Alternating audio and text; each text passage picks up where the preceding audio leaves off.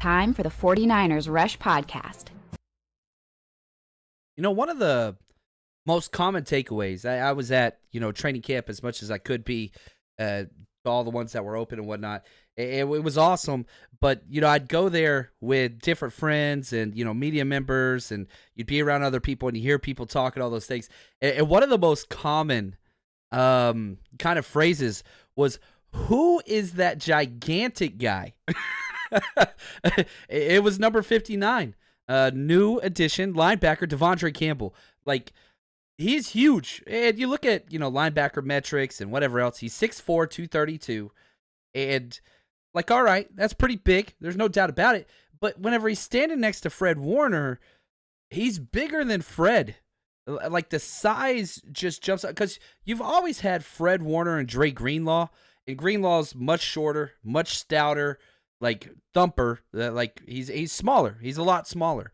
De'Vondre Campbell's bigger and, longer arms, taller, weighs more, all those different things than Fred Warner. So it was just, and very wide shoulders too. Like, got the dreads. He's going to, he's just a big dude.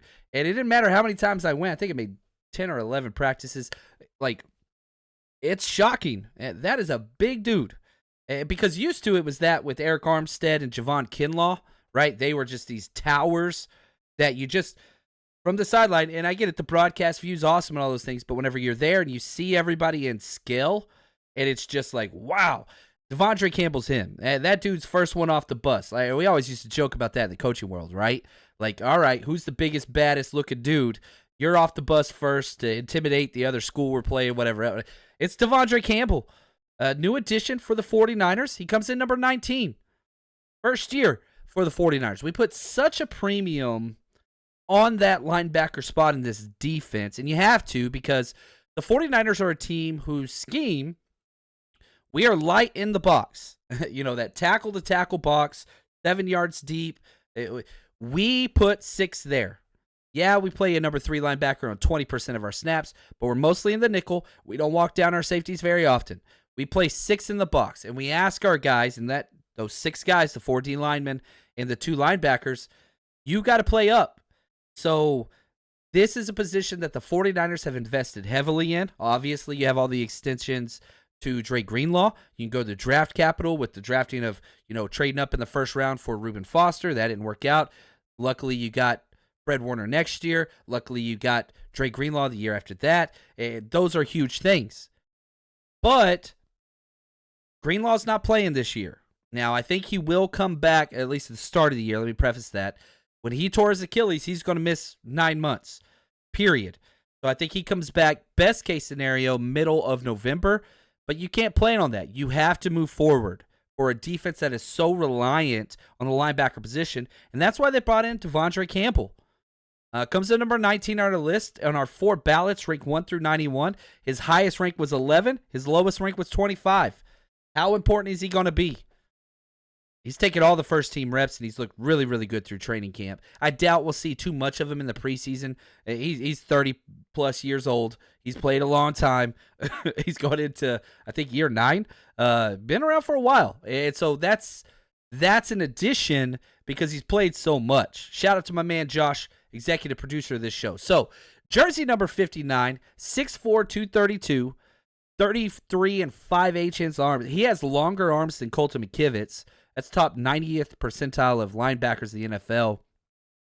Ran a 4.5840. Now, I doubt he's that fast now, north at 30 years old. But that was 82 percentile. So he's fast. He can move 34-inch vertical, 16 bench press reps. And you plug in all of his measurables, there are no linebackers that big. All of his comps are outside pass rushers. Chris Clemens, Kevin Burnett, Darrell Washington. That's just kind of what he is and kind of what it was. Now, he's from Fort Myers, Florida, son of Luther and Catherine Campbell. Went to Cypress Lake High School and was a 3-star recruit, but the grades and didn't get the spot he wanted. So he went to Hutchinson Community College first in 2012, then transferred to Minnesota, was there for 3 years. Did pretty well. Ended up getting drafted, I think, 4th round of 2016. We'll talk about that here in a second. Now, He did have one All-Pro year. Fred Warner was second-team All-Pro. You had Darius Shaq Leonard, and sure enough, De'Vondre Campbell were the first-team All-Pros. Fred Warner was second that year and was a captain of their team. So this is somebody that has been paid a lot of money. He got that huge second contract, joins Green Bay, dominates, plays incredible. Then things went awry. They went really, really bad. Also, he's the first Packers linebacker to win an All-Pro all the way back since Ray Nitschke back in 1966. Talk about the 49ers linebacker position is as hollowed as exists. I mean, you just talk about the top four, and you're just like, good Lord. Going back with, newly inducted Hall of Famer Patrick Willis, Navarro Bowman, Fred Warner. Obviously, you got to put Greenlaw up there, Ken Norton Jr., Woodall. I mean, you can go there. You can go back. There's a bunch more there too. Like, you're talking about, this is the first time the Green Bay Packers had an All-Pro linebacker for 50 plus years. That ain't happening in the 49ers world. That's just not who we are, right? Now, here's where things kind of went awry. We're going to jump back and forth on the timeline here. This is how he joined the Niners. Late last year, Campbell went posted on social media that he is no longer going to play hurt. And they kept forcing him, and these are his words, to play injured, and he just didn't feel it. Eventually started arguing with the Green Bay coaching staff. Said that they made him look, quote, clueless on the field and constantly put him in bad spots, end quote. Played his fewest games last year with 11 and was released.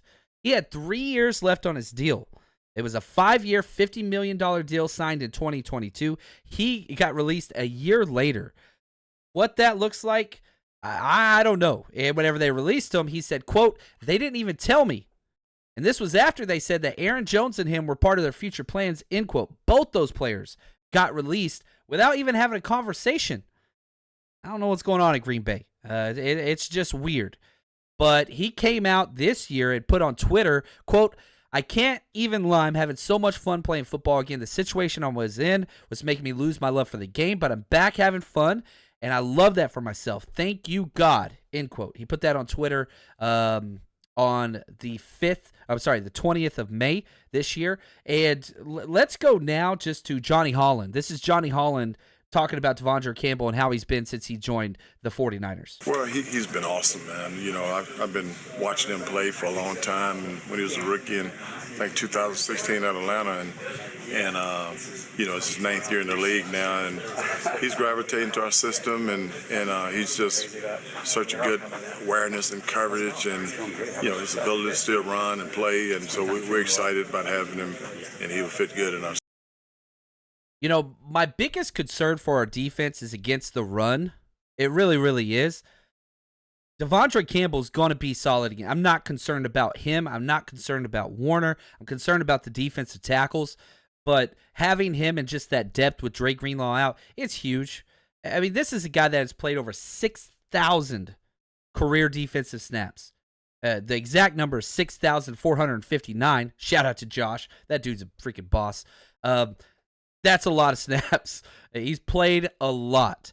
And will be a huge role for the 49ers even after Greenlaw comes back. Because when Greenlaw comes back, there's going to be a revamping period. I think Greenlaw probably comes in as that number 3 linebacker until he's 100%. But if you have De'Vondre Campbell playing at the peak of his game at his age, and you got Dre Greenlaw playing at the peak of his stage, Dre Greenlaw's linebacker 2, then you'd kick Campbell to the linebacker 3 spot. Kind of like what we saw with Azeez. But with Campbell there, you don't have to rush Greenlaw back. And remember, the 49ers, obviously, regular season games matter, but Campbell gives the 49ers the added benefit to allow Greenlaw to get to 100% because you're not playing for November. You're not playing for December. You're playing for January and February. That's the 49ers' goal. And so they get to be a little bit more patient with that, which I really, really like. And throughout De'Vondre Campbell's entire career, he's always been better against the run. Had 23 solo run stops last year. Just look at his PFF grades, okay? This is last season. 65.3 overall, and this is when he was playing hurt and fighting with the coaches, which I don't like, but whatever. Take it for what it is. 67.7 run defense, 71.7 pass rush, 61.0 coverage. He's a above average run defender, and you're betting on size, traits, veteran experience, all those things. Now, he's drafted in the 4th round of the 2016 draft by the Atlanta Falcons. 49ers, again, I love this. I would have never guessed it. I'll give you guys a quick second. Can you name the 49er that was drafted in the 4th round of 2016? I'll give you 3 seconds. 1, 2, 3. It was the Mantis, the praying Mantis. Rashard Robinson, pass interference man himself. I don't know if you remember him. But also in that round, Dak Prescott was drafted. Hassan Ridgeway was with the Niners. Tyler Higbee, Sheldon Day, another Niners guy. And if you one of my favorite things on Pro Football Reference, you can filter by so many things. It's spreadsheets. It's football nerd heaven. They should sponsor the show, but whatever. You can filter by weighted career approximated value, basically how important their career has been. He has a 49 score. What's that mean? There's 2 other players in that draft with the same score. Ronnie Stanley, Laramie Tunsil. Injuries and all those things, but that all-pro, that's going to boost that score up pretty high. And he's had a really cool career. Played his rookie contract out with the Falcons from 2016 to 2019. He was in Arizona for 1 year, then got paid big time to go to Green Bay. Now he's with the 49ers. Listen to these career statistics. Good Lord. He's played a lot of football. 779 career tackles, 40 career tackle for losses, 22 quarterback hits, 9.5 sacks. He can blitz, but that's not really what he's used for. 3 forced fumbles, 8 fumble recoveries, 28 pass breakups, 7 picks. Not bad. Not bad at all. Now, I do have to say this, and I think this is important. I didn't know where to put it in on here, so I thought contract talk would work. It's important to note, the 49ers went after somebody else and agreed to a deal with somebody else first before they settled on De'Vondre Campbell. They had a verbal agreement done with Eric Kendricks first, but then you had some shakeup down in Dallas. They offered him to be the starting Mike backer for a coach he's already played with, and so then he jumped ship, and so now he's down there in Dallas. He didn't want to be the number 2 here. He'd rather be the number 1 there. That's what it is. Dallas doesn't have nearly as deep a roster. Take that for what you will. Some people don't want to play for Super Bowl. Some people want to play for wild card bursts. Eric Kendricks, enjoy your wild card round. Now, so you do have to put that into perspective. The 49ers signed him immediately after that, 1 year, $5 million deal. $3.3 million of that as a signing bonus. So he got paid almost all of it up front. 1 year deal. We'll see what happens. You look at his career worth. Whew, Packers paid him some money. $38.3 million for the vet De'Vondre Campbell. Have a day, sir. Nothing makes me happier than seeing people make money. That is awesome. 110 career starts. You're getting a vet with elite size. What else do you want? It's plug and play. And he's taken every single rep with the ones. It's not up for debate. He is the number 2 backer until Dre comes back. And I think even after Dre Greenlaw comes back, he'll stay the number 2 until Dre's back. We'll see what that looks like, and then the switch would take place. But excited to have De'Vondre Campbell out there. And it's weird because you lose a top 10 linebacker, and the 49ers still have guaranteed one of the top 3 linebacking cores in the NFL by going to get De'Vondre Campbell. A lot of that is because Fred Warner's so head and shoulders above any other player in the NFL at the position. But, I mean, you look across the NFL, De'Vondre Campbell, he might not be a top 5 number 2 linebacker, but whatever you're looking at, Dre Greenlaw coming up, you got D Winners, DFF, however you want to put that, whatever. There's just depth on depth and upside on upside in this room, and I'm happy for it. De'Vondre Campbell, I'm glad you're here. I'm glad you want to be here. I'm glad you're loving football, and I think it's going to be fun for him to play alongside another All-Pro. We got 2 All-Pro linebackers. That's pretty cool. That's pretty cool. So for us, number 19, De'Vondre Campbell, and for the 49ers rush, we'll just keep counting them down.